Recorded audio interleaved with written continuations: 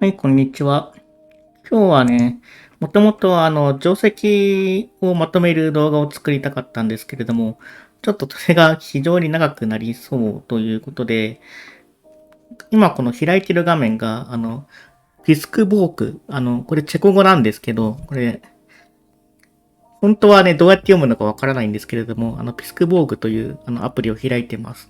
で、これ何のアプリかっていうと、レンジやその五目並べの、その AI をね、対戦させる、まあソフトをね、対戦させるっていう、ためのアプリですね。で、それを使って、ソフトの打ち方を干渉しまして、まあそれでこの形に対する理解を深められればいいかなと思います。で、使用するソフトはね、左下に書いてあるんですけれども、カタゴモというソフトですね。この R1 というのは、これレンジのバージョンですよということですね。で、持ち時間は、これ 10.0 って書いてあるんですけれども、まあ、1.10秒ということになります。で白番がね、今ヒューマンとなっているんですけれども、今回その、カタゴモ同士で打たせます。で、このソフトはね、非常に強いので、まあね、私なんかね、はるかに超えて、もう圧倒的に最強なわけなんですけれども、まあ、このソフトの打ち回しを見れば、ある程度ね、この形に対する理解が深まるんじゃないかなと思って、試験的にこの動画を撮ってみることにしました。で、この局面一つだけその注意事項がありまして、白16がね、だいたい今15まで打たれている局面を初期局面として扱うんですけれども、16が、まあ、こう打つのと、こう打つのと、まあ、あと単に止めておくのが多分多いんですけれども、まあ、よくね、このカタゴモというソフトがやりがちなハマりとして、16からその18と打つ手があるんですよ。で、これをね、やってしまうと、以下19、20、21と打っていて、まあ、ちょっと先長いんですけれども、これは黒がね、勝ちになるという、まあ、はめ手のようなというか、ソフトがハマる進行があります。で、今回、このソフトが、この進行に突っ込むかどうかはわからないんですけれども、仮にこの進行に飛び込んだ場合には、ちょっと手順を戻しまして、16、まあ、もうちょっと先の方までこちらで指定した形をやってみようかなと思います。それではよろしくお願いします。まあ、今回ね、私は適当にわちゃわちゃコメントしてるだけなんですけど、いや、これがね、結構楽しくて、もうレンジの練習これだけでいいかなっていうぐらい、この AI のね、対局を眺めてるのすごい楽しいんですよ。まあ、というわけで一緒に見ていきましょう。よろしくお願いします。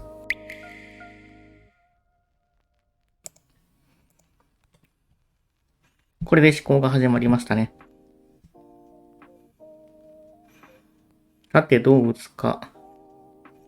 16、そうですね。16はね、まあ、先ほど言った通りで、やっぱここ打つんですね。まあ、17はね、十中八九こちらに止めます。で、次の手でどうするかっていう話なんですけど、次の手でいきなりリセットになるかな。どうなんだろう。あ、忍びか。忍び結構珍しい手だな。いや、前例あるのかもしれないけれども、通常多いのはね、ここに単に止めておくっていう手が多いんですけれども、これ、どうやって打つかにちょっと見てみましょうか。いやー、これね、通常の型語、GUI で動くやつよりも、ちょっと弱いんですよね。もともと、型ゴモというソフトは、あの、GPU を使って動くんですけれども、これで動いてるのは、CPU で動かしてる型語ですね。なので、ちょっとと言っても、まあ多分かなりかな。かなり普通のやつより弱いんだけど、飛びするんだ。なるほど、これ単に止めると、ここ打たれて嫌だってことかな。でも、ここ斜めのレーンできるけど、それいいのか。うん、なんか、よくわかんないな。まあでも、次はとりあえずこう止めて、これどうするつもりなんだろう。単に止めとくとか。私レベルは多分単に止める。あこれ4使わせるってことか。これなんか止められないよって言ってんのかな。止めると積んじゃうとかいう話。でも止めるんだ。いや、もうなんかよくわかんないんだけど。いや、こんなことやるんだね。でも、こう打ってから、ここに決めてから止めるんですね。でもさっきだと、ここに先にその飛び石を決めるっていう変化もあったので、それがどっちがいいかっていう話もありますね。まあ、28こうして、これはまあ普通の手。で、ここでこういうところかな。まあ、こんな安直な手打たないか。29、あ、手堅いな。ただこれ閉じられると、ちょっと黒の攻め方が難しいんじゃないかって思うけどね。ここの場所に。30、そんな、そんな、なんかぬるい手は打たずに、これ、あれ、反撃してますね。反撃だ。こちら側に攻めを残してるんだけれども、将来的にこうとかこうとか、そういうことだよね。31。だから白はもうあんまり受けるつもりなくて、どんどん俺の方から攻めてやるぜ、みたいな、そういう感じの、あれを感じる。32で。いやー、ソフトってほんと受けないよね。私すぐ受けちゃうから、こういうの勉強になる。33。でもこれちょっと内側にしてこまってて気持ち悪いな。こういう手がね、打たなきゃいけないくなるようだと、ちょっと白の方が有望に見えますね。ちょっと言い忘れてたんですけれども、これ決着つかないことあるんですけれども、便宜上、100手で言ったら私の方で止めてドローということにします。まあ、仮に100手を超えた段階で、そこでまだ詰みがありそうとかだったら、また続けます。その辺はね、実際にやってみないとわかんないんで。で、36、そうだな。いやー、これ、4打って、ここに飛び石打って、こうなってこうしようってことかな。いや、でもそれあんまりいい感じしないけど、ターンだとね、別に、まあターンもあるか。まあ、39キャップ打ちましたね。で、40はここしかなくて、このソフトね、4をね、ノータイムで止めないんですよね。なのでちょっと時間かかるんだけど、その分、考えることがね、できるということで、それはまあメリットとしておきましょう。で、こうなって、で、この41って止めた局面は多分下の方で、詰みを残してるような気がするんだけど、詰み残してないかな残してないかもしれないけど、さすがに攻めないと思うけど、やっぱ受けたね。もうこれは攻めに行かない。かなり怖すぎるから、まあ、次残してますね。4して3で打って、引いて3で。43個打つんだ。なんかこういう手多いような、ソフトってこういう手多くて、例えば、人間が打つとね、この34の左上にダイレクトに止めそうなんだけど、ソフトはそこでなんかずらして剣先を突き出すとか、そういうことをやる印象がある。これ中止かなさすがになんか、うん。これドローっぽい。ドローっぽいんだけど、こうとか。40か。手堅いね。なんか白はあんまり勝つつもりなさそう。こう止めるか。ああ、こう止めると、なんかあんまり形良くないっていう判断したかな。まあ別に止めても全然いいと思うけどね。現状打って3に見えるけど、ここが当たると。なので、まあでも止めるんだ。でも49って入る形だったら別に47で入っといてもいいような気がするけどな。これちょっと白が有望っぽく見える。50っていう風に打つ意味がどのくらいあるのかわかんないんだけど、なんか上辺の方を個人的には打ちたいな。この辺のどこか。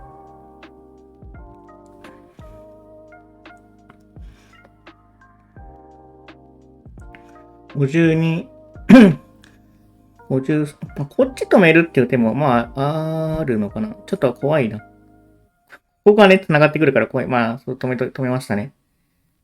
まあ、こういう場所で勝負するっていう話がなくはないんだけど、いかんせん狭いから特に何も起こらなそう。まあそうだよね。54。こういう手打ちたいよね。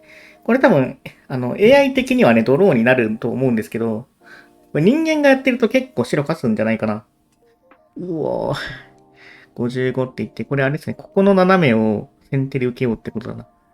で、ここは、まだ、3を引く暇がないから、で、一番いいタイミングでここに止めようってことかな。いや、こういう手はね、人間にはなかなか打てない。57。これあれか。こういう場所か。ここういう場所に打っていこうとか、打って、なんとなく、勝ちを狙いながら受けようみたいな話かな。なんか複雑な攻防するな。こっから打てば、私でも満局取れるかな。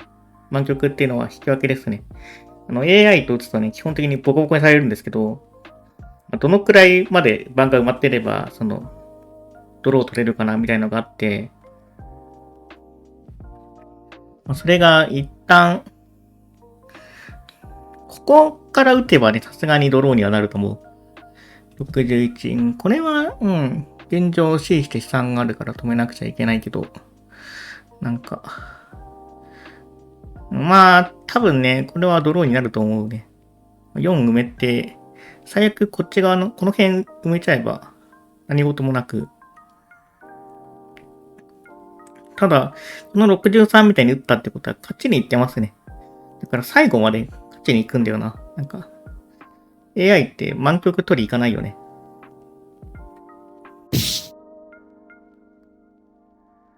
これ、例えば、ここで本譜、こうやってるんだけど、ここ4で止めるとどうなるんだろうとかいう話は気になるんだよね。ここ別に打たれたくないから、黒がここに別に入る分には特に白に損がないように見えるんで、直感的にはここ打ってみたいな。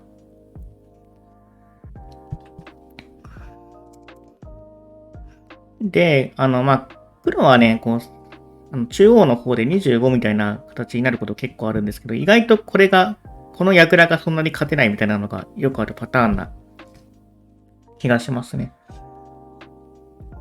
これちょっと、27の場所に26で先着した時のことをもう一回やらせてみようか。こういう風に疑問に思ったことをずっと、AI 同士でね、やらせて、それをね、はは、そうなんだ、みたいな感じで見てるのがね、かなり面白くて、人とやるのもそうなんですけど、これ相当飽きないですね。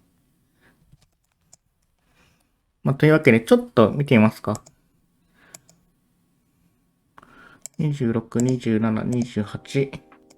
この局面から再開。でも、普通に止めるんかな。止めるような気がする。止めないんだ。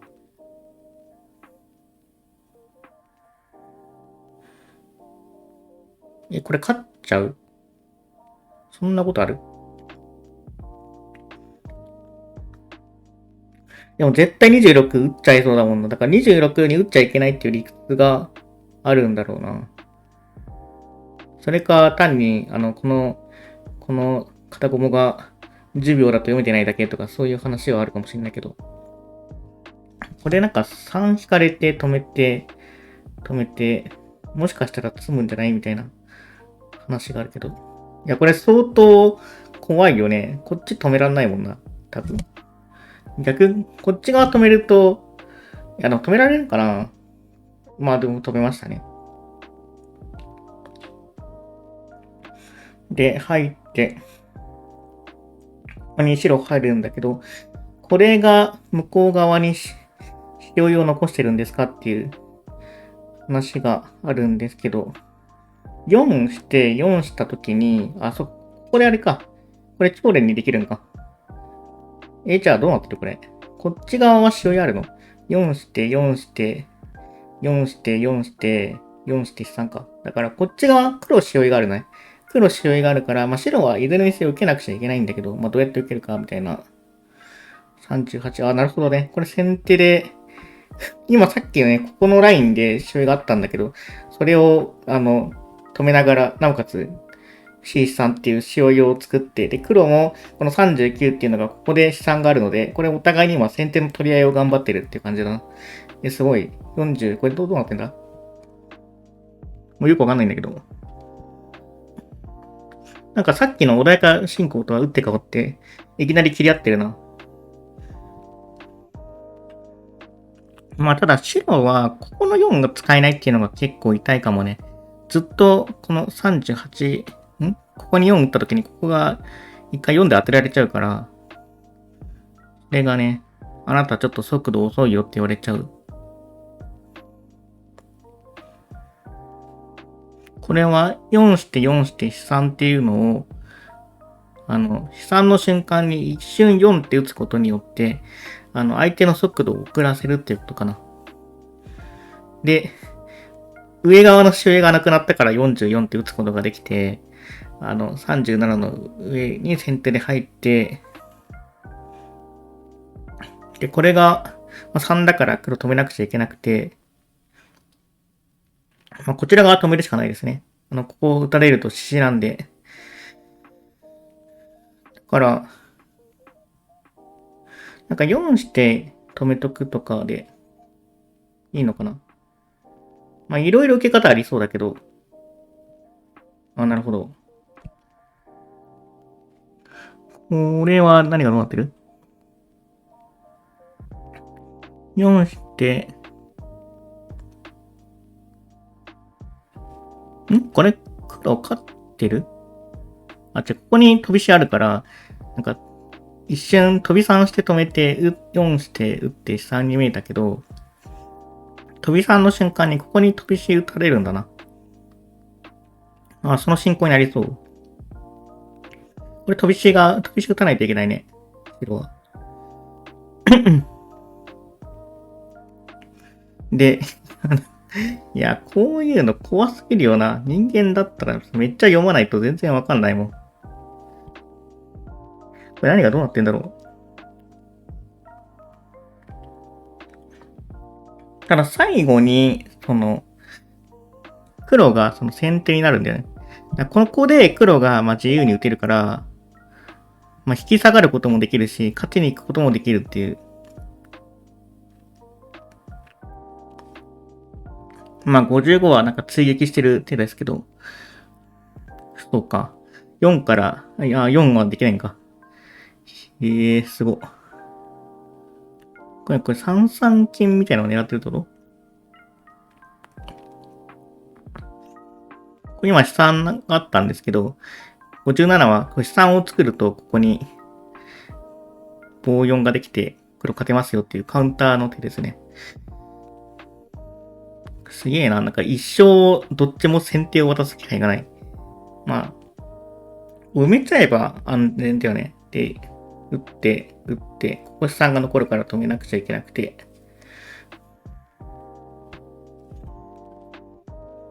やっぱあれか、この定石、ドローになりやすいって言われてるんですけど、AI 同士で打たせるとドローになるのか。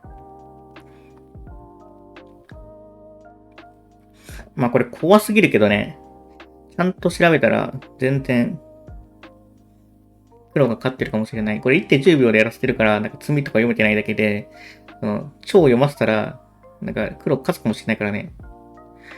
でもここまで来たら、でもわかんないな。これまだ、これいい手だな。こっち側の、攻めを見つつ、この剣先を活用して追撃するみたいな。こういう手か。いろいろあるけど。受けたんだ。これ受けるとドローですね、多分。なんか止めとけば安全。で、こうするんだ。この29から31っていうのがちょっとどうなってるのかだけ、ちょっと裏で検証してみますね。もしかしたらこれが黒勝ってるかもしれないから、それをお互いに読めてないだけかもしれないから、編集上は、その検討の間はカットするんですけど、ちょっと見てみます。はい、ちょっと検証してきました。どうやらね、これ31から黒勝ってるみたいですね。だから、白がどっか間違ってるんだな。具体的にどう勝ってるかっていうのをちょっとお見せしますと、32個止めて、33は普通にこう、本譜と同じ通り打つんですけれど、で、それ34、35、36、37、38となった時にですね、ここで、問題点が、白が今4から3でこの局面をなんとかしようとしているよと言ってるんですけど、ここで本譜、双子はね、こう止めたんですよね。こう止めて、なんだっけ。こうなったんかな。となったから、比較的穏やかな進行になったんですけれども、ここで黒にいい手がありまして、4して、4して、飛び3でね、この資産を先手で止めるという、すごいいい手がありまして、これによって、これ43飛び3なので、止めなくちゃいけなくて、45、46、47と打っていって、以下勝つということのようですね。例えば、止めると、こうって勝ちなのかな？これが、こういう風に止められるんですけれども、今、ここに3があるんですけれども、ここに3があって、両方を止めることができないので、これはね、黒が勝ちになりますかね。仮に48を、こちら止めても、どうしようかな。これで勝ちかな。49、どちらを止めても、打って、打って、打って、打って、ということで勝ちですかね。なので、31まで打たれると勝ちということは、どうやら、こうしても多分一緒なんだよね。ちょっともう一回、ソフト確認しようかな。もう一回、裏で動かしていきます。はい、ようやく意味がわかりました。最初に、この局面やった時に、片方はここで、飛び4を打たなかったんだよね。飛び4をしないで、単に、ごめんなさい。こうしたんですよね。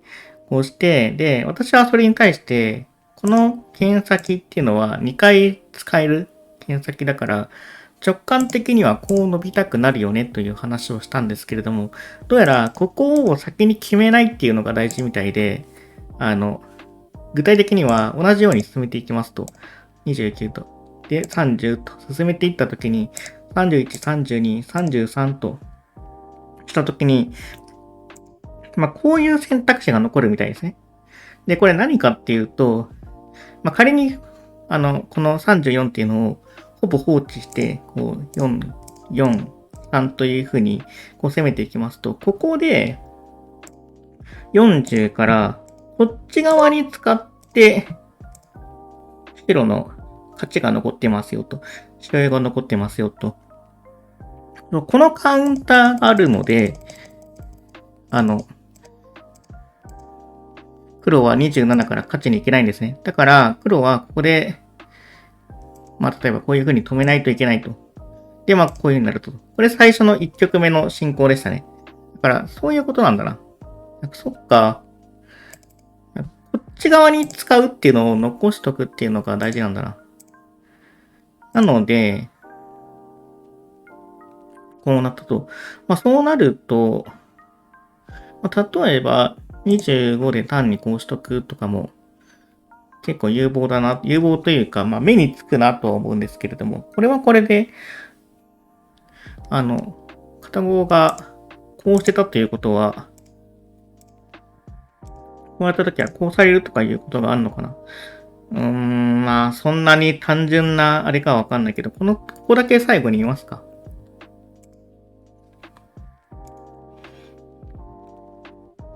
うん。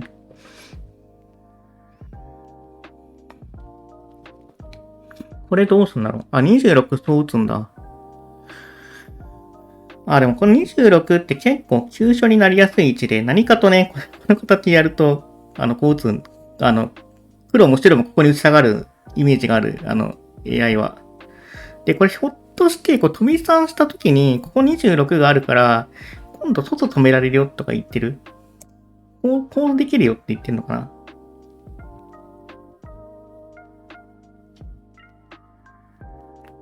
そういうことだよな。そっか。なるほどね。やっぱそういうことだよね。これどういうことかっていうと、28っていう場所は、中止めるよりも、外の方が通常場所的に得してるんだけど、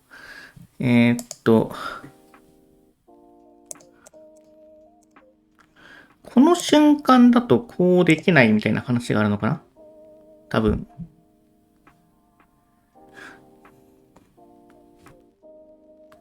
この瞬間だと、おそらく勝っちゃうのかな？最後にこれだけ見たい。まあ、ここで入力するよりも、なんか裏で調べた方が早いような気がするけど。ここでやっぱ全部使われちゃうから嫌なんだね。これ3資産と CC 資産があって、これ受けるのが大変だって言ってるんだ。これ使用いかな？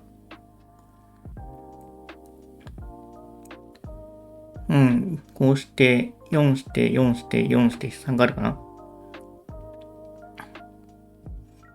ちょっと、片語遅いから、こっちでやっちゃうか。こうして、こうして、こうして、こうして、よくできてるな。これつまり、この瞬間だとこうするしかないんだ。だから、この26っていう場所で、相手のその石をちょっと無駄遣いさせてから最大限黒が広い場所を取れるようにした打ち方がこれなんだね。まあそれでもこうなってなかなか勝つのが難しいってことなんかもしれないけど。で、なんかこうしてこうしてよね。いやなんかこれ言っていって、ちょっと受けると負けるとかそういう話がなんかありそう。基本、だからあれなんだね。その、受け一方になるっていうよりかは、切り返していかなくちゃいけないみたいな、30、確かコンプラと29の右って受けてたんですけど、そうね。だから31みたいに、30っていう手が何も瞬間的に攻めを残してないから、まあこれ、桂馬の網作ってて、硬いっちゃ硬いんだけど、瞬間的に何も攻めを残してないから、まあ31みたいにガチャガチャガチャって攻めてって、なんかうまいこと形を作ろう。いやー、そんな手はなかなか打てませんね。てか31も、なんかこの25と1の連が生きてる状態だったら31みたいな手よく見るんだけど、これがなくても打つんだ。てか、33が別に罪を残してるわけでもないから、罪を残してるわけでもない？罪残してんのかな？なんか3引いて打って、飛び出ていくみたいなことがやろうとしてんのか。いや、これ、難しいね。いや、なんか、この形そういうこと多い気がするね。ちょっと緩んだ瞬間にいっぱい来るから、なるべく緩んじゃいけないみたいな、そういう感じなんだな。まあ、いずれというか、多分もうちょっとしばらくしたら、しばらくっていうか、動画として出すのにしばらくかかるんですけど、私が一通り、自分で打っててもよく忘れちゃうんで、何か、この定石の重要な事項とかをまとめていつでも振り返れるようにしたいなっていうのがありまして、そういうことをね、やりたくて、そのための、なんていうかテストとして今こういう動画を撮ってるんですけど、でもこれ見るだけでも、そうですね。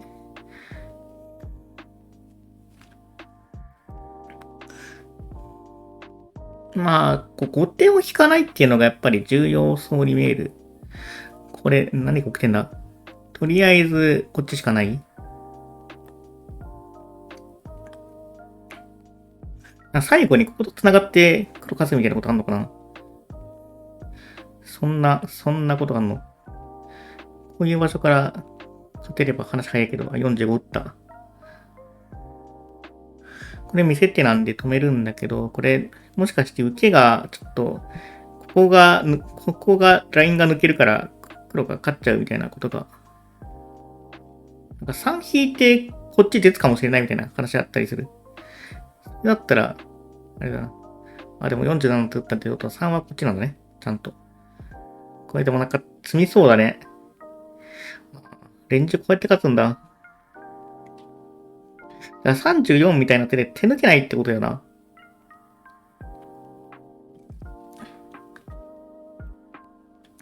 確かに手抜けないんだったら、まあしばらく31、33みたいな、なんか、普通だったら、指を残してないように見える手をずっと受けなくちゃいけないってことだから、人間がやるには気持ち悪いよね。局面でも不利可能性あるし、なんか勝ちですよって言ってそうな手ですね。こういうの大体上止めらんないイメージある。止めるんか？止めるか？止めた。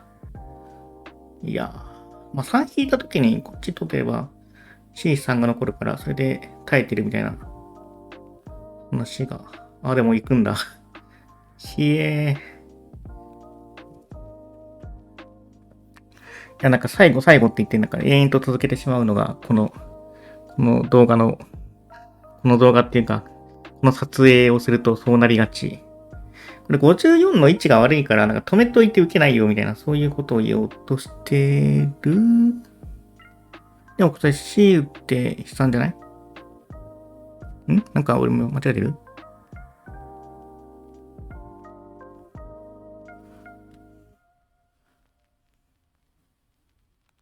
あれこれ、白勝ってない？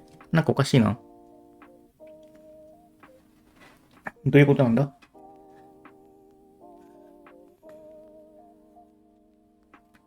なんか白勝ちましたね。黒が順調に、打ってると思いきや白勝ったな。これ3、ここで3ができて、次4で5ができるんで、これは白勝ちましたね。あれ、どういうことなんだろう。黒は勝ちを確信してこう打ったんじゃないのか。それとも34が神がかり的な見切りで、なんかいろいろ来るけど、勝てないからってことか。そもそも部分図だと受けないのかな。これちょっと気になるから最後に検討しようかな、裏で。ちょっとソフト見てきます。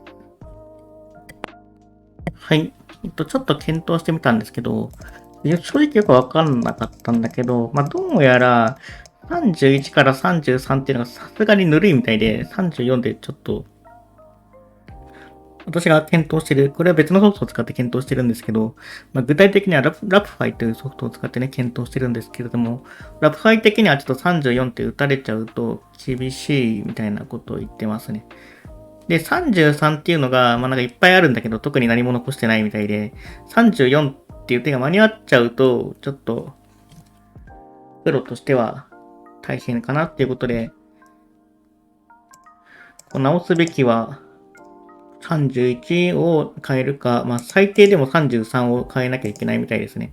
ただこうなるんだったら、普通にこの進行をやって白持ちすることもありだな。だから、別に22を、飛び石を決めない変化も全然あるわけで、白の方が、やっぱり選択肢が多そうに見えるね。黒は結構ちゃんと分かってないと、この形打ちこなすの大変そう。まあ、なんていうか、指南書的にはね、互角ということになってるんですけど、個人的には白の方がやってて気持ちが楽かなっていうふうに思ってるんですよね。まあ、なので、でもそう言ってると、この形よく出る割に、黒をね、持てないと、結構作戦の幅に影響があるなって思って、黒を持ってなるべく打てるようになりたいなって思うんですけど、そうね、そのためのね、定石をまとめる云々だったんですけど、そっか、また白が打ちたい局面が一つ増えちゃったか。まあまあ、なんかそういう感じで、本日はAI 同士の対局を見るということをやっていきました。これね、個人的にすごくね、やってて楽しい練習なので、結構どんどんなんかいっぱい動画撮って、これだけをね、ひたすらやるみたいなのをね、あげるのもいいかなって思いますね。AI のね、打ち方ね、結構勉強になるんですよね。これが、程よくその弱いやつを使ってる、弱いっていうか、その性能、私のパソコン的な話なんですけど、これがなんかマジで、その強いスペックで動かすと、なんか人知を超えたような、これ何を勉強すればいいんだみたいな手をね、打つようになるんですよ。打つようになるんだけど、このくらいだったら、で、持ち時間もね、比較的短めにすれば、なんか人間的にも学びやすい手がね、多くなるので、そういう意味で、まあこうやって並べていくのはね、効果的なんじゃないかなと思ってます。というわけで、本日はこれで終わりたいと思います。ご視聴いただきありがとうございました。